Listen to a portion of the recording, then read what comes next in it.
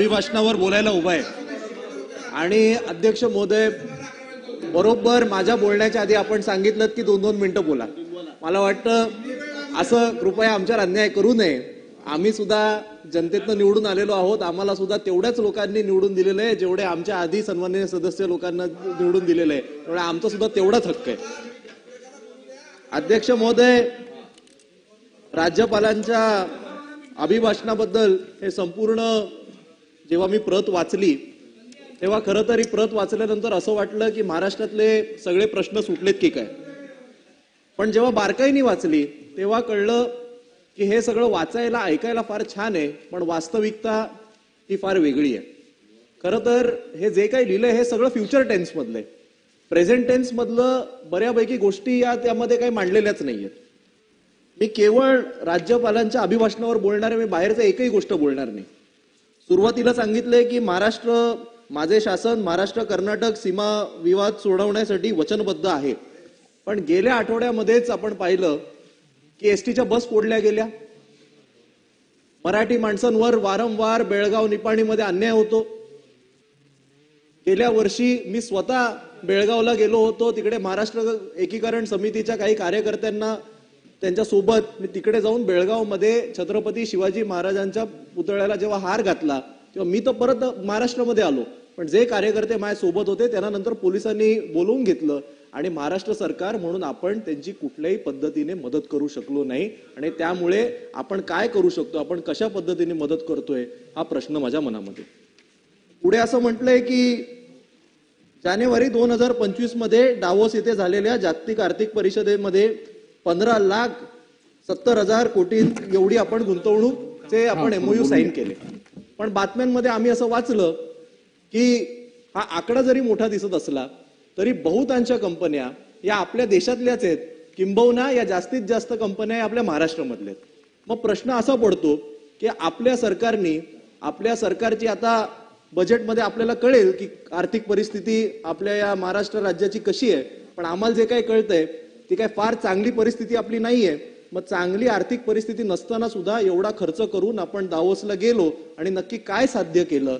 कारण जर मुख्यमंत्री महोदयांनी ठरवलं असतं आणि आपल्या देशातल्या आपल्या महाराष्ट्रातल्या कंपन्यांना एक फोन केला असता ते CEO सगळे धावत हे महाराष्ट्राच्या मुख्यमंत्र्यांच्या केबिनमध्ये आले असते आणि तिकडच्या तिकडे अग्रीमेंट झाले असते. पुढे असं म्हटलंय की महाराष्ट्र MIDCच्या माध्यमातून 3,500 एकर इतके औद्योगिक भूखंड वितरित करण्याचा निर्णय घेतलेला आहे. अध्यक्ष महोदय, हे अधिवेशन सुरू होण्याच्या पूर्वी 1 दिवसापूर्वी म्हणजे अगदी 4 दिवसापूर्वी आपल्याच या सदनाचे ज्येष्ठ सदस्य महाराष्ट्र राज्याचे वनमंत्री गणेश नाईक साहेब यांनी मीडियावर ऑन रेकॉर्ड अशी स्टेटमेंट केलेली आहे की त्यांच्या विधानसभा क्षेत्रामध्ये MIDCच्या भ्रष्ट अधिकाऱ्यांनी ज्या जमिनीची किंमत ही 3 लाख रुपये मीटर असली पाहिजे ही भ्रष्टाचार करून 60,000 रुपयांनी विकलेली आहे. म्हणजे जर महाराष्ट्र राज्याचे वनमंत्री हे स्वतः MIDCच्या अधिकाऱ्यांवर MIDCवर असे आरोप करत असतील, शेकडो एकरचा गैरव्यवहार झाला असं ते म्हणत असतील, मग या 3,500 एकर ही जी काही आपण वितरित करणार आहोत यामध्ये सुद्धा असा भ्रष्टाचार होणार का, हा माझ्यासारख्या एका सदस्याचा मनामध्ये प्रश्न निर्माण होतो. पुढे आपण राज्यपालांच्या अभिभाषणामध्ये असं सांगितलंय की मुख्यमंत्री युवा कार्य प्रशिक्षण योजना ही जी सुरू केलेली आहे याच्या माध्यमातून 1,32,000 युवकांना आतापर्यंत प्रशिक्षण घेतलेलं आहे. आकडे वाचताना अतिशय आनंद होतो, पण प्रशिक्षण झाल्यानंतर या युवकांना नोकऱ्या कुठे मिळणार. मी माझ्या मागच्या अधिवेशनाच्या भाषणात सुद्धा माझ्या पहिल्या भाषणात हे मांडलं होतं की आज आपल्या देशासमोर ब्रेन ड्रेन पेक्षा दुसरा मोठा मुद्दा नाही. महाराष्ट्रामध्ये इतकी इंजिनिअरिंग कॉलेज आहेत, इतकी आर्किटेक्चर कॉलेज आहेत, मेडिकल कॉलेज आहेत, मुलं पदव्या घेतात, प्रशिक्षण घेतात, पण नोकऱ्यांच्या अभावी ते इतर देशांमध्ये जातात, तिकडे जॉब घेतात आणि मग परत येत नाहीत. आज आपण अध्यक्ष महोदय केवळ आपल्या महाराष्ट्र राज्यातल्या सगळ्या IAS ऑफिसर आणि क्लास 1 ऑफिसरांची यादी मागवून घ्या, त्यांची मुलांची तुम्ही यादी मागवून घ्या, तुम्हाला लक्षात येईल जास्तीत जास्त अधिकाऱ्यांची मुलं ही स्वतः इतर देशामध्ये राहतात. जर आपल्या अधिकाऱ्यांच्या परिवाराला आपल्या शासनावर भरोसा नसेल तर सामान्य नागरिकांना कसा असेल हा प्रश्न माझ्या मनामध्ये. मी 10 वर्ष आधी इंजिनिअरिंगची पदवी घेतली. माझ्या मित्रांना त्यावेळी जी TCS आणि इन्फोसिस मध्ये जो काही पगाराचा स्लॅब मिळत होता आज 10 वर्षानंतर सुद्धा तोच स्लॅब दिला जातोय. तेच पॅकेज दिलं जातंय आणि त्यामुळे शासनाने याकडे गांभीर्याने विचार करण्याची गरज आहे. अध्यक्ष महोदय, पुढे असं सांगितलं जातंय की नागपूर गोवा शक्तीपीठ दुर्गमती मार्गाचं बांधकाम हाती घेण्याचा निर्णय घेतला आहे. या शक्तीपीठ महामार्गाबद्दल मला वाटतं माझ्या पूर्वी अनेक सदस्यांनी त्यांच्या मनामधले सगळे प्रश्न मांडलेले आहेत. खरं तर मी आज मुंबईमधनं निवडून येतो. मुंबईला जोडणारे जेवढे महामार्ग आहेत यांचा एकदा अध्यक्ष महोदय तुम्ही स्वतः एकदा सगळ्या आमदारांना घेऊन आपण एकदा सर्वेला जाऊया, आपण एकदा व्हिजिटला जाऊया. मुंबई गोवा महामार्ग हा गेला 16-17 वर्ष अडकलेला आहे. त्याचा अजिबात विकास होत नाही. मुंबईवरनं पालघर मार्गे जो सुरतला जायचा महामार्ग आहे त्याची अवस्था अतिशय बिकट आहे. मुंबई मार्गे नाशिकला जाताना तर जी परिस्थिती आहे तिथं सांगायला सुद्धा नको. त्यामुळे असलेल्या महामार्गांची एवढी वाईट परिस्थिती असताना नवीन नवीन महामार्ग ज्याला जास्तीत जास्त नागरिकांचा सदस्यांचा विरोध आहे, मग आपण हा अट्टहास का करतोय हा देखील माझ्या मनामध्ये एक प्रश्न आहे. पुढे अभिभाषणामध्ये अध्यक्ष महोदय असं सांगितलंय की सार्वजनिक बांधकाम विभागाच्या मार्फत विविध योजनेअंतर्गत जवळपास 7,480 किलोमीटर लांबीचे रस्ते कॉन्क्रिटीकरण करण्यात येणार. अध्यक्ष महोदय, मी मगाशी म्हणालो तसं मी मुंबईतून निवडून येतो. मुंबईमध्ये असेच 2 वर्षापूर्वी मुंबई महानगरपालिकेने ठरवलं की सगळे टेंडर हे क्लब करायचे आणि त्या टेंडर एकत्र काढले आणि जवळपास सगळे रस्ते एकत्र खोदून ते कॉन्क्रीट करण्याचा प्रयत्न केला गेला. अध्यक्ष महोदय, मी आज विरोधी पक्षात आहे म्हणून मी सांगत नाही. भाजपच्या आमदारांनी आणि नगरसेवकांनी सांगितलंय की हे जे बीएमसीचं मेजर रोडचं जे कॉन्ट्रॅक्ट आहे यामध्ये भ्रष्टाचार झालेला आहे आणि नुकतीच आम्ही बातमी वाचली की जे काम 2 वर्षापूर्वी दिलं गेलं त्यामध्ये अजूनपर्यंत 25% सुद्धा झाले नाही. वस्तुस्थिती ही आहे, आज कुलाब्यापासून बोरिवलीपासून ते मुलुंडपर्यंत अख्खं मुंबई शहर उपनगर खोदून ठेवलेलं आहे. हे कॉन्ट्रॅक्टर काम करत नाहीत, केवळ ऍडव्हान्सेस त्यांनी हाती घेतलेले आहेत आणि कुठेही काम सुरू नाही, अशी वाईट परिस्थिती आज मुंबईची झालेली आहे. अध्यक्ष महोदय, मला पूर्ण करू दे. पुढे अध्यक्ष महोदय असं म्हटलेलं आहे की पथकर नाक्यांवर कार्यक्षमता वाढवण्यासाठी आम्ही गर्दी कमी करणार. अध्यक्ष महोदय, 2018 साली एक येल्लो लाईनचा कॉन्सेप्ट काढला होता की जर टोल नाक्याच्या पुढे जर 100 मीटर पर्यंत जर रांग वाढत गेली तर पुढच्या सगळ्या वाहनांना टोल माफी केली जाणार. हा येल्लो लाईनचा कॉन्सेप्ट आज कुठे गेलाय हे सुद्धा आम्हाला कळत नाही.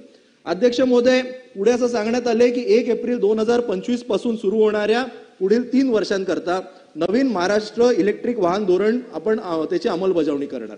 खरं तर पहिलं ई व्हेकल धोरण हे आमचे नेते या सभागृहाचे सदस्य आदित्यजी ठाकरे यांनी मंत्री असताना सुरू केलेलं, पण त्याची अंमलबजावणी कुठेतरी कमी पडलेली आहे. माझी आपल्याद्वारे ही सरकारला विनंती आहे की आपण जेव्हा नागरिकांना सांगतो की जास्तीत जास्त त्यांनी इलेक्ट्रिक व्हेकलचा वापर केला पाहिजे, तेव्हा आदित्यजींनी जसं सुचवलेलं तसं सरकार म्हणून आपल्या ज्या काही आस्थापना आहेत यांची वाहनं सुद्धा आपण इलेक्ट्रिक व्हेकल म्हणून वापरणार का, आपण खरेदी करणार का, हा माझ्या मनामध्ये प्रश्न आहे. याचं उत्तर मुख्यमंत्री देतील का असा मला आपल्याला सवाल आहे. अध्यक्ष महोदय, पुढे असं सांगितलंय की नगर उद्यान महाअभियानाअंतर्गत वेगवेगळ्या शहरांकरता पाणी पुरवठा, मलनिसरण व विकास यांच्यासाठी सुरू असलेल्या 2 वर्षामध्ये आपण संपूर्ण हे काम पूर्ण करू. आज मुंबई शहरामध्ये पिण्याच्या पाण्याची एवढी मोठी गैरसोय आहे. प्रत्येक आमदार, मग तो कुठल्याही पक्षाचा असो, तुम्ही त्याला विचारा, त्याच्या विभागामध्ये लोकांना पिण्याचं पाणी मिळत नाही. माझ्या विभागामध्ये 5-5 कोटीचे एक फ्लॅट आहेत, तरी देखील त्यांना साधं पाणी मिळत नाही. पाणी मिळालं तर ते दूषित मिळतं आणि त्यामुळे आपण जेव्हा एवढी मोठी मोठी प्रॉमिसेस करतो तेव्हा प्रेझेंट टेन्समध्ये काय चालू हे आपण पाहिलं पाहिजे. आपण पुढे मलनिसरण बद्दल बोलतो. माझ्या आधी कोणीतरी सांगितलं की मिठी रिव्हरचं डिसिल्टिंग सुरू आहे. माझ्या मतदारसंघात मिठी रिव्हर येते. 2च मिनिट अध्यक्ष महोदय. पण आज त्याचं काम सुद्धा अतिशय वाईट आहे. तुम्ही मिठी नदीचा कोणीतरी सगळ्या आमदारांची एक समिती बनवा आणि एकदा तिकडे अभ्यास म्हणून एक भेट दौरा लावा. इतकी वाईट परिस्थिती आहे, अजिबात त्याच्यावर काम सुरू नाहीये. अध्यक्ष महोदय, पुढे असं सांगण्यात आलंय की प्रधानमंत्री आवास योजनेअंतर्गत शहरी आणि ग्रामीण किती काम झाले, किती लोकांना दिले वगैरे वगैरे, ठीक आहे. पण माझ्या मतदारसंघामध्ये शासकीय वसाहत आहे. त्या शासकीय वसाहतीमध्ये राहणाऱ्या नागरिकांना गेल्या सरकारमध्ये शेवटच्या दिवशी म्हणजे निवडणूक लागायच्या शेवटच्या दिवशी तत्कालीन मुख्यमंत्री यांनी घोषित केलेलं की आम्ही सगळ्यांना त्यांची हक्काची पक्की घरं देऊ आणि त्याकरता समिती बनवू. आज नवीन सरकार येऊन 3 महिने झाले, साधी समिती बनवली नाही. म्हणजे आपण अध्यक्ष महोदय, आपण प्रधानमंत्री आवास योजनेबद्दल बोलतो, पण जे आपले कर्मचारी आहेत, अध्यक्ष महोदय, अनेक लोक 15-15 मिनिटं बोललेत, मी अनेक वेळ थांबलो, 2 मिनिटात संपवतो अध्यक्ष महोदय. त्यामुळे माझी विनंती आहे, तर आपल्या शासकीय कर्मचाऱ्यांना आपण कधी घरं देणार हा माझ्या मनामध्ये प्रश्न आहे. आणि त्यामुळे हे असे अनेक प्रश्न महत्वाचे आहेत. एक शेवटचे 2 मुद्दे सांगतो आणि मी संपवतो. अध्यक्ष महोदय, आपण महाराष्ट्र सायबर सुरक्षा प्रकल्प सुरू केला आहे असं म्हटलंय. सायबर गुन्ह्यांच्या सहज बळी पडणाऱ्या विशेषतः महिला, लहान मुले व ज्येष्ठ नागरिक यांच्या संबंधितील सायबर गुन्ह्यांचे अन्वेषण करण्यात पोलीस कर्मचाऱ्यांना मदत होईल. पण सध्या परिस्थितीमध्ये सायबर गुन्ह्यांमध्ये महाराष्ट्राचा क्रमांक हा देशामध्ये अगदी टॉप 3 मध्ये असेल हे मी तुम्हाला हक्काने सन्माननीय सांगतो. सदस्य 2 मिनिटं, एक शेवटचा मुद्दा अध्यक्ष महोदय. त्यामुळे पवार साहेब एक शेवटचा मुद्दा त्यामुळे यावर आपल्याला काम करण्याची गरज आहे. आणि त्यामुळे मी सांगितलेलं एक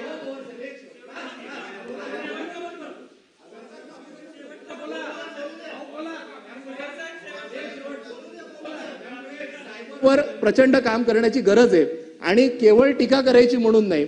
तर आजच मुख्यमंत्री महोदयांनी असं घोषित केलं की संगमेश्वर येथील सरदेसाई वाड्यामध्ये आता एक स्मारक केलं जाणार आहे. खरं तर आज सगळे सदस्य मुख्यमंत्र्यांसहित मला वाटतं छावा पिक्चर बघायला गेलेत. या छावा पिक्चरमुळे सरदेसाई वाड्याला तर महत्व प्राप्त झालंय आणि तिकडे जर राज्य सरकारच्या मार्फत चांगलं स्मारक होत असेल, आमच्या सरदेसाई वाड्यात चांगलं स्मारक होत असेल तर एक सरदेसाई म्हणून मी सरकारचं अभिनंदन देखील करतो. धन्यवाद.